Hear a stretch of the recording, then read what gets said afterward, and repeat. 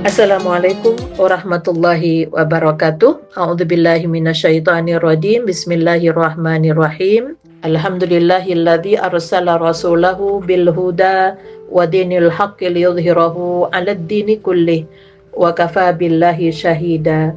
Asyhadu an la ilaha illallah wahdahu la syarikalah wa asyhadu anna Muhammadan abduhu wa rasuluhu la nabiyya ba'dah. Pemirsa dan pendengar yang dirahmati oleh Allah, pada kajian sebelumnya bahwa perintah sholat yang diterima oleh Rasulullah pada tanggal 27 Rajab sebagaimana pada Quran Surah Al-Isra ayat 78. Kemudian muncul pertanyaan, kalau begitu Rasulullah melakukan sholat apa? Jadi sebelum Rasulullah menerima perintah salat 5 waktu, Rasulullah diperintahkan untuk melakukan salat malam. Karena apa? Salat malam itu sudah menjadi tradisi, kebiasaan orang-orang soleh sebelum Rasulullah sudah terbiasa dengan melakukan salat malam. Kemudian terkait dengan ibadah puasa. Ibadah puasa itu diterima oleh Rasulullah pada tahun kedua Hijrah.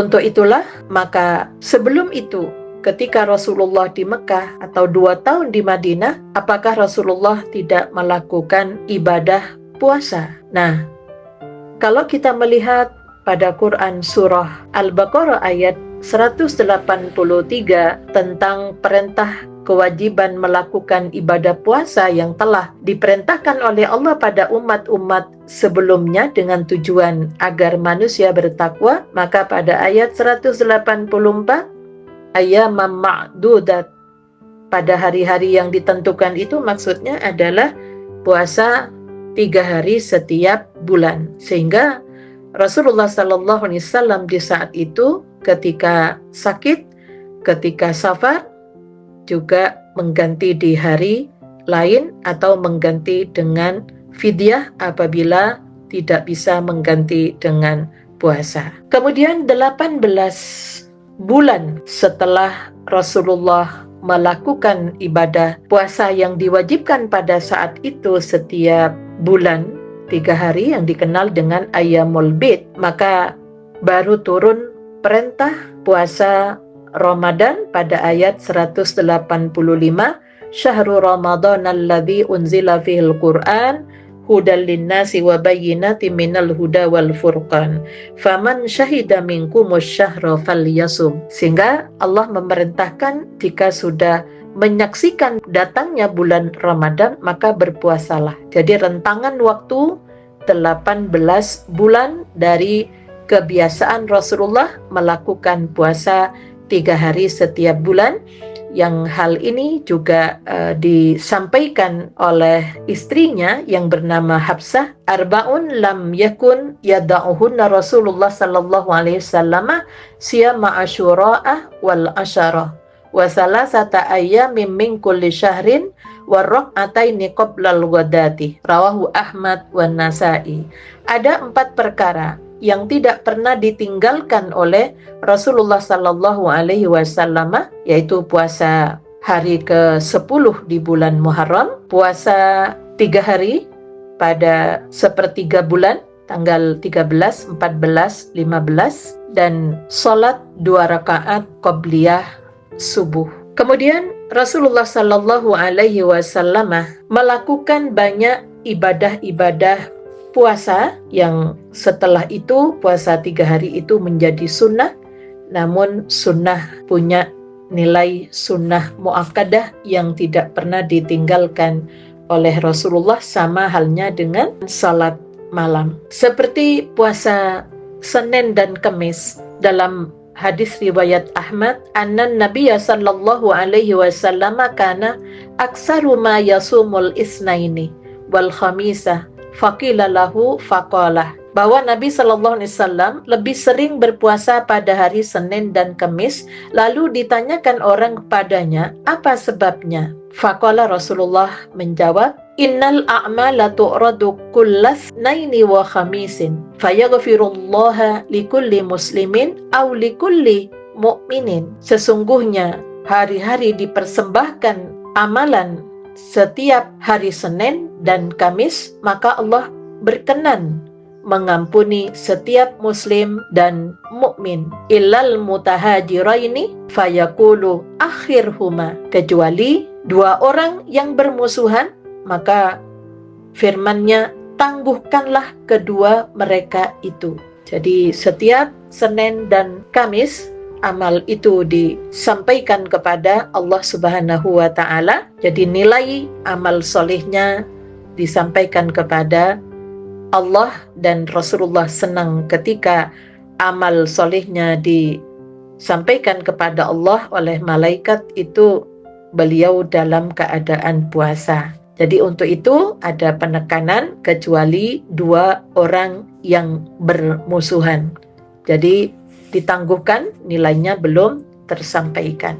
Kemudian kaitannya dengan bulan Sya'ban. Ada hadis yang disampaikan oleh Usama bin Zaid, sahabat Rasulullah sallallahu alaihi wasallam, "Qultu ya Rasulullah, lam araka tasumu min syahrin minasy-syuhuri ma tasumu min Sya'bana." Qala, "Dzalika syahru yaghfalun nasu anhu baina Rajabin wa Ramadana."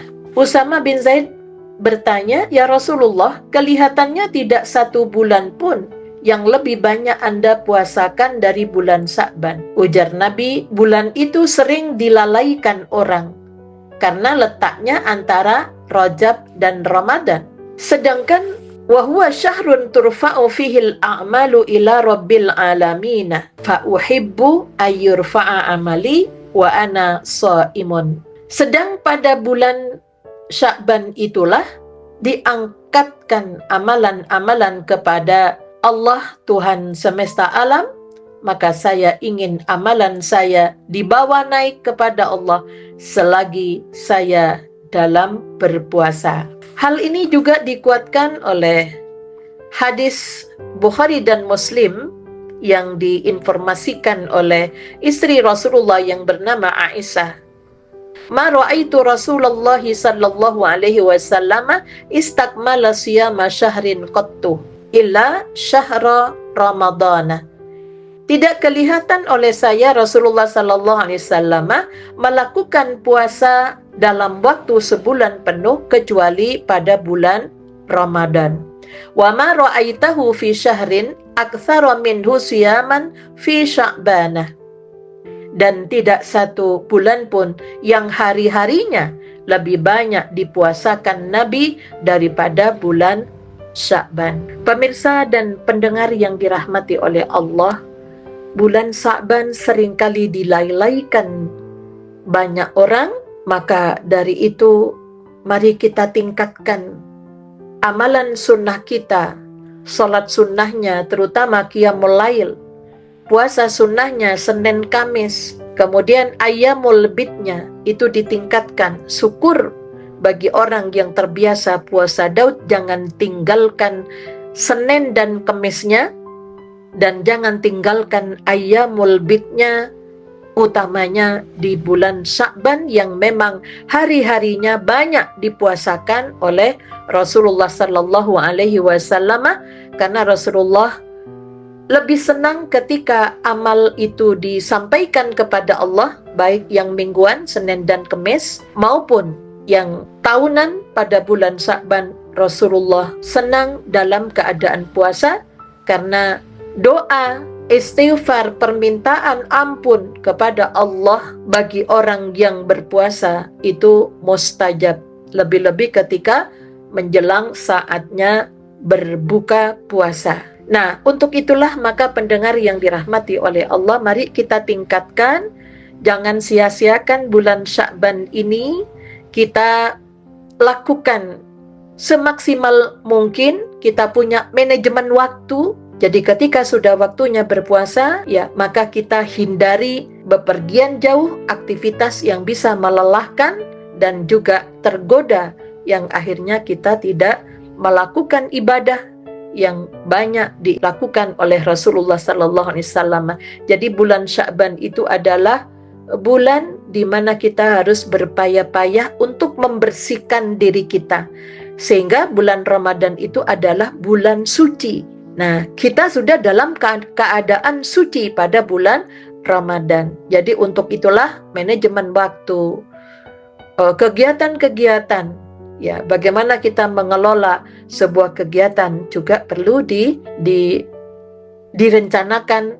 Jangan sampai kita meninggalkan hari-hari kita berpuasa. Mudah-mudahan amalan kita di bulan Sya'ban itu naik kepada Allah, bisa menghapus kesalahan kita, seperti puasa yang 3 hari setiap bulan itu terkaitan dengan asbabun nuzul turunnya surah Al-An'am ayat 160. Man ja'a bil hasanati falahu asyru amsalihha wa man ja'a bis sayyi'ati fala yujza illa mislaha wa hum la yudhlamun. Sesungguhnya orang yang berbuat kebaikan, barang siapa yang berbuat kebaikan mendapatkan balasan 10 kali lipat amalnya, dan barang siapa berbuat kejahatan dibalas seimbang dengan kejahatannya. Mereka sedikit pun tidak dirugikan, tidak didolimi oleh Allah Subhanahu wa Ta'ala. Jadi puasa Ayyamul Bid setiap bulan tanggal 13, 14, 15 itu menjadi kebiasaan puasa orang-orang terdahulu yang dulunya Rasulullah diwajibkan. Maka hal ini memang nilainya, 1 hari puasa itu Allah memberikan nilai 10 kali lipat, sehingga kita diibaratkan seperti puasa sebulan berkaitan dengan ukuran nilai. Artinya Allah akan menjaga, akan mengawasi kita, akan bentengi diri kita dari hal-hal yang berkaitan dengan maksiat kepada Allah Subhanahu wa Ta'ala. Jadi sangat disayangkan Allah telah memberikan kesempatan untuk menghapus kesalahan-kesalahan kita, sehingga di bulan Ramadan kita dalam keadaan sudah suci, dan doa-doa kita, amalan kita, semua ibadah kita diterima oleh Allah Subhanahu wa Ta'ala, sehingga tanggal 1 Syawal kita kembali kepada fitrah. Nasrun minallah wa fathun qarib wa basyiril mu'minin walhamdulillahi rabbil alamin. Assalamualaikum warahmatullahi wabarakatuh.